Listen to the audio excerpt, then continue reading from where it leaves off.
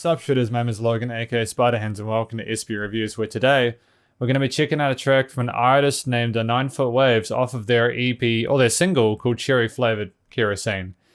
And this is called, well, this is Cherry Flavored Kerosene. We're listening to the first of 3 tracks on their Spotify here. And we're going to hear what we think. Let's go. Oh. We got kind of like a contemporary rock, grunge kind of vibe to it. I'm loving the tone of the drums and the bass as well. It's hard to get a good bass tone. You know, often it can sound either a bit too thin and like ding, ding, ding, ding, ding, ding, or you just get a whole lot of sub bass and low mids, and it just gets lost in the mix.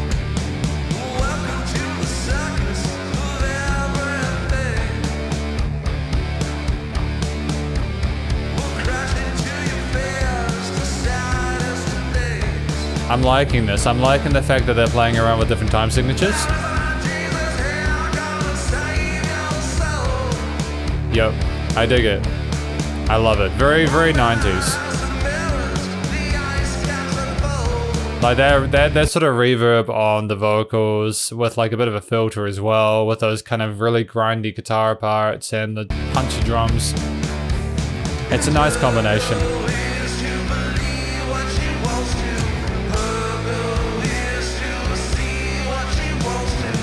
See what she wants to. Cherry flavored kerosene. Nice work repeating that line. Nice work repeating that line. That is it's an all too obvious way of getting a line stuck in someone's head. Just keep the vocal melody, repeat the vocal melody, repeat the lyrics.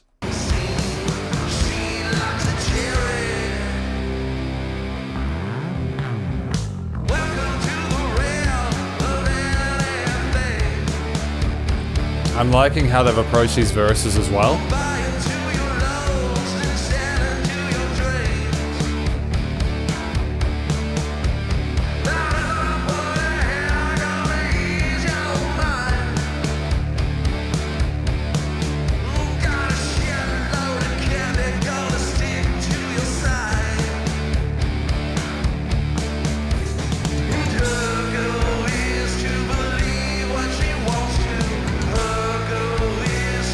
So we've got that kind of A-B structure here, which is kind of a very safe way of approaching a single, and I can respect that. That's really good. Keeps it catchy, you know?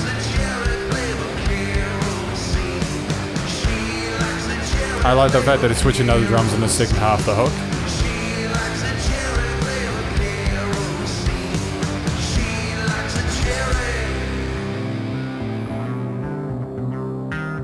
A little bit of distortion or drive on that bass really gives it added a little bit of character that it needs.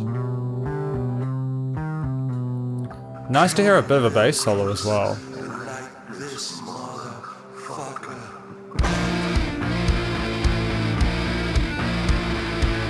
We're doing some unison bends, are we? Some flat seconds.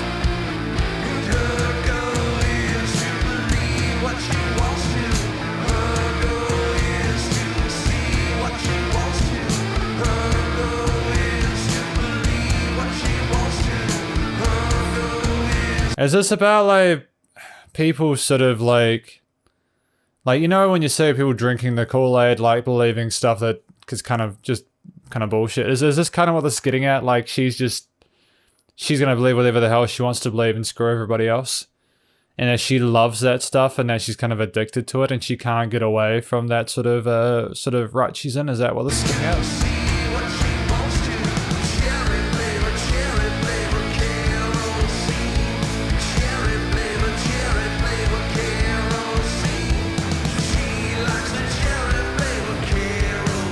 Like, Cherry Flavored Kerosene is actually a fantastic title for a song, because it's like, it perfectly identifies like a massive issue we have in today, where like stuff like kind of gets you hooked that isn't necessarily what you need. you know, and then it's so hard to get yourself out of it because your brain's like, I want more of this. And it's like, no, brain. But then there's confirmation bias, and it takes people a while to get out of that kind of, you know, that mental kind of, you know what I mean? It's a really clever song title.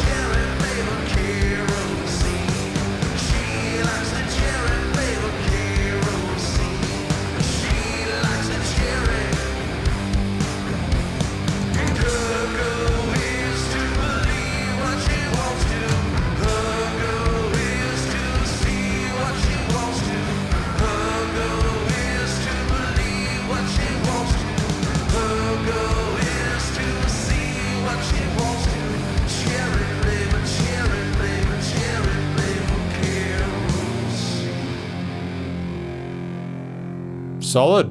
Really sick single.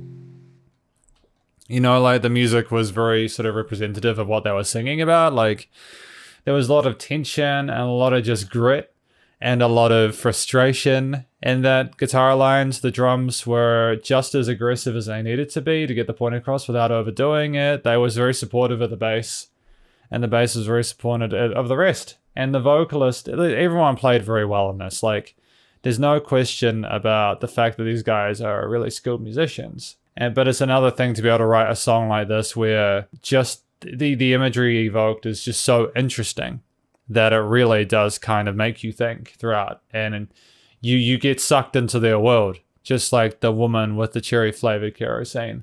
And I don't know really what else to say about this apart from congratulations for writing one of the best singles I've heard in this genre in quite a while. Like, it's genuinely catchy. Like, that repetition of that main sort of hook line with those guitar parts and is exactly how you need to do it. You need to let the vocals shine. And everyone was a team player here. And even that solo section, like with the bass and the guitar, I agree with the decision they made to just stick with those unison bends, because having a big crazy solo probably wouldn't have suited it that well.